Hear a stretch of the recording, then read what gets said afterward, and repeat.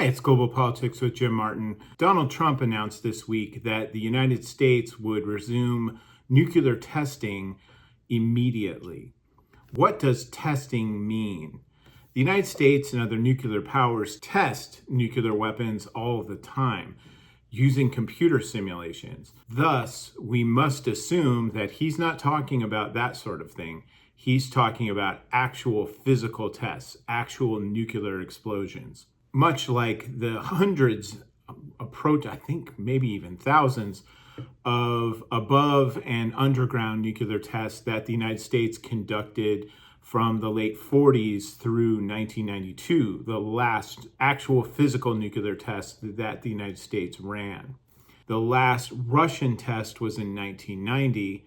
The UK tested a weapon in 1991, France in 96, China in 96 also. The major nuclear powers have not tested since.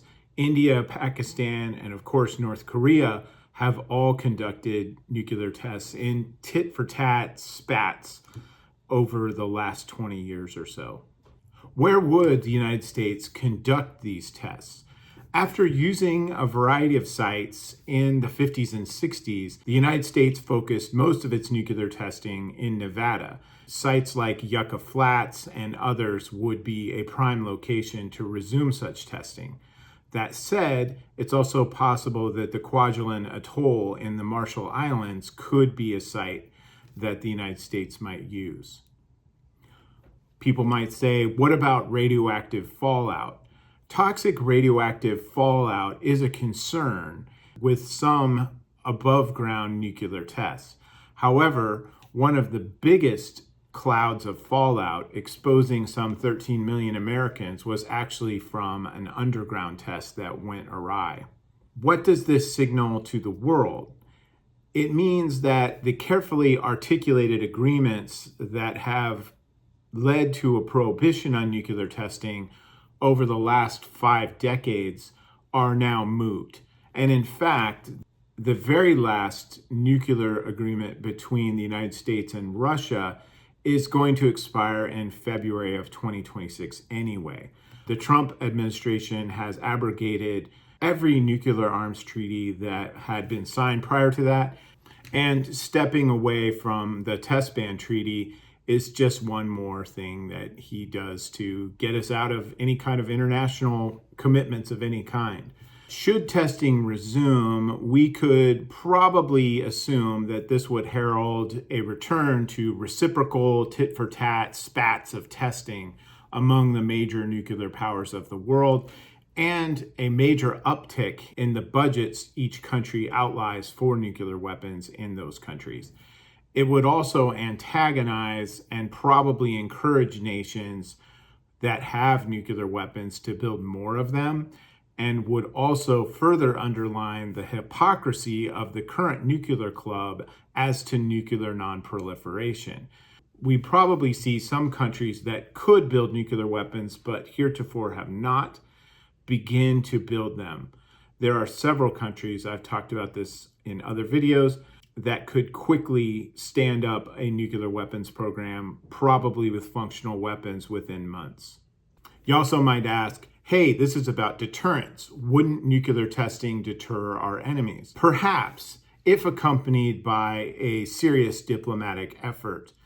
That seems unlikely given the patience and the skill sets and knowledge of the Trump administration partners.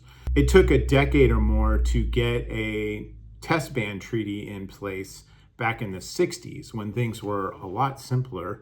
And you'd also have to consider the political environment. It would need to be conducive to some sort of unity around forming such agreements.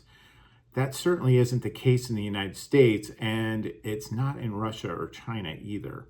To bottom line it, this probably means more nuclear weapons and more nuclear armed countries. One might say, why did he come out of nowhere with this right now?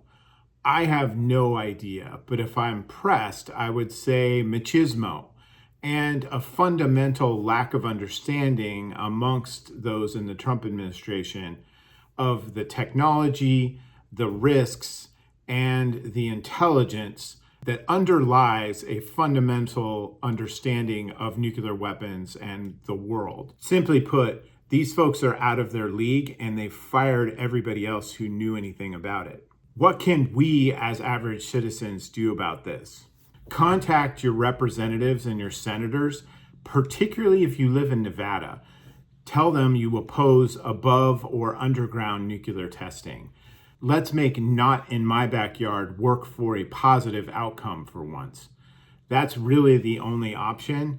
Those lands are federally controlled and he can use them for this purpose if he wants. Functionally, they could probably stand up a testing regime within weeks. That's not a big deal to do in those particular locations. That said, if the people of the states in which these tests would take place were to get really fired up about opposing them, it seems unlikely that they would be able to pull it off. So that's really the option. Thank you for watching. I hope that was educational. If you have any comments, please feel free to share them. That way we can all learn together. And I look forward to talking to you again very soon. Thanks. Bye.